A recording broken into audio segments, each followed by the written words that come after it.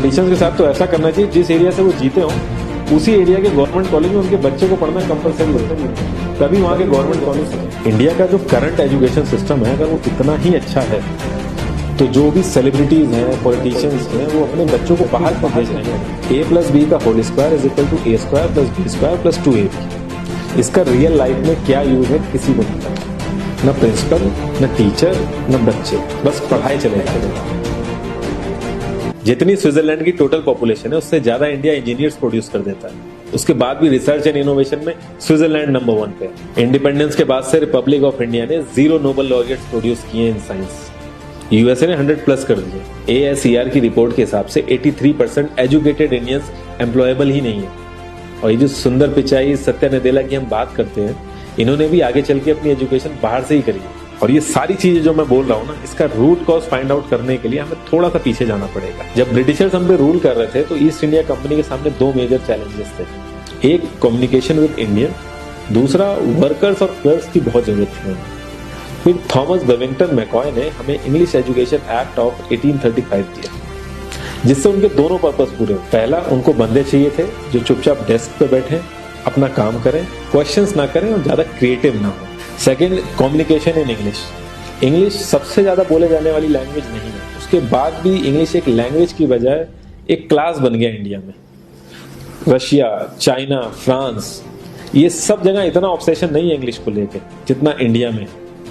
Poor communication बोला जाता है अगर आपकी इंग्लिश अच्छी नहीं है, जबकि इंग्लिश ना आने का मतलब है कि आपको कोई और लैंग्वेज आती है। 5 साल पुराना iOS भी आज की डेट में आउटडेटेड माना जाता है। लेकिन इतनी इंपॉर्टेंट चीज हमारा एजुकेशन सिस्टम आज भी बस थोड़े से चेंजेस के साथ ऐसे ही चल रहा है। हमारे एजुकेशन सिस्टम में रटने का कंपटीशन होता है, जो ज्यादा रट लेता है उसके ज्यादा मार्क्स आते हैं। अब 95% जिसके संस्कृत में आए हैं वो भी संस्कृत नहीं बोल पा रहा है, और बेसिक हिस्ट्री होने की बजाय इतनी मोटी मोटी किताबें हैं हिस्ट्री की जिसका कोई मतलब नहीं।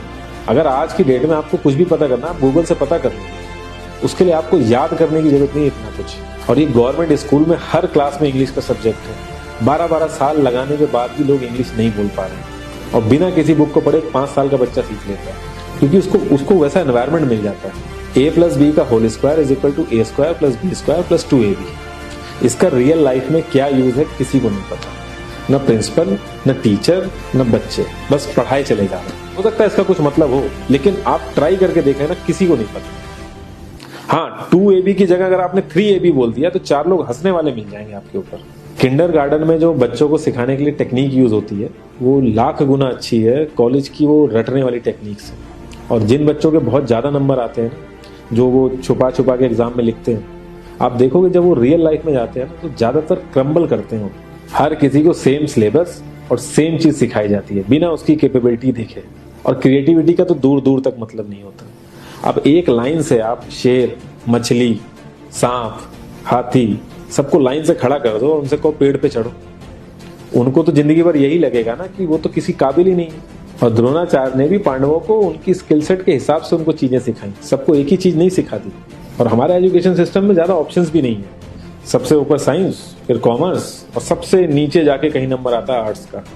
आर्ट लेने वाले को तो लोग इतना हल्के में लेते हैं जैसे वो किसी काम का ही नहीं। हर माँ बाप को तो इंजीनियर या डॉक्टर ही बनाना है। कॉलेज वाले अगर एक्स्ट्रा कोर्स रख भी देते हैं तो माँ बाप एंट्री नहीं कराएंगे, तो वो सारा पैसा बर्बाद होगा कॉलेज का, तो ऑप्शंस कहाँ से आएंगे। और बचपन से ही आपकी ट्रेनिंग स्टार्ट हो जाती है। माँ बाप, भाई बहन, रिलेटिव सब ये समझाते हैं अगर आपके मार्क्स नहीं आए और जॉब नहीं लगी तो आपकी जिंदगी बेकार है। और लाइफ की क्रिएटिविटी को आप रखते हो साइड में, और ये अच्छे मार्क्स और अच्छी जॉब पाना आपका सपना बन जाता है। अब ये सपना पूरा हो जाता है तो बहुत बढ़िया है, दूसरे को जेलस फील कराओगे, नीचा फील कराओगे। और इस छोटी सी उम्र में अगर सपना टूट जाता है तो सेल्फ डाउट में आ जाओगे।